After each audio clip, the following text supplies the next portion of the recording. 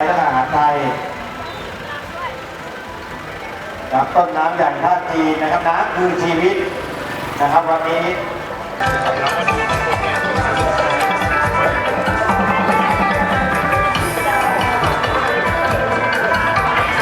นางรำบอกวันนี้เตรียมพร้อมทั้งหน้าตาทั้งท่าทาง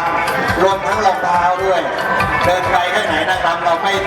ยันเลยนะครับเรามีผ้าใบเตรียมพร้อมไปเรียบร้อยแล้วขอบคุณท่านผู้จัดการวัดสุการธีรพัฒนกรนะฮะวันนี้จากโรงเรียนวัดสิงห์นะครับบอกว่าเตรียมพร้อมจริงๆเลยต่อให้เดินอีก4-5 กิโลเรามีรองเท้าผ้าใบเรียบร้อยสวยงามธรรมะธรรมแมงด้วยนะครับ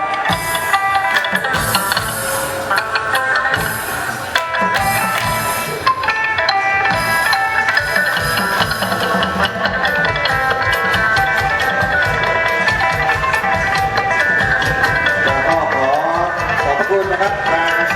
ท่านผู้บริหารโรงเรียนวัดศรีนะครับท่านผอ.วัดสุการธีรพัฒนกรคณะครู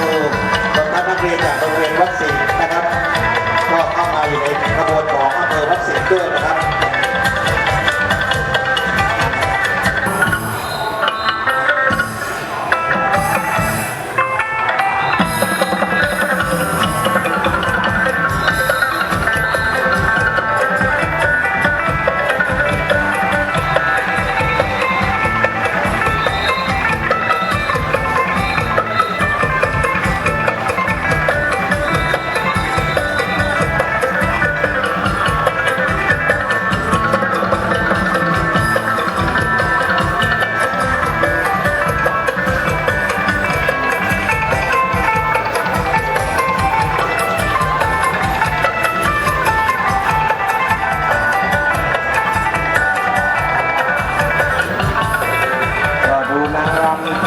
แต่ละคนแล้วดูหน้าตายิ้มแย้มแจ่มใสเหมือนไม่ร้อนนะเหมือนไม่ร้อน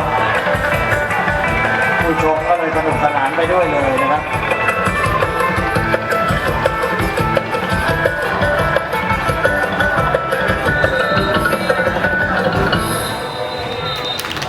สวยงามมากเลยนะครับ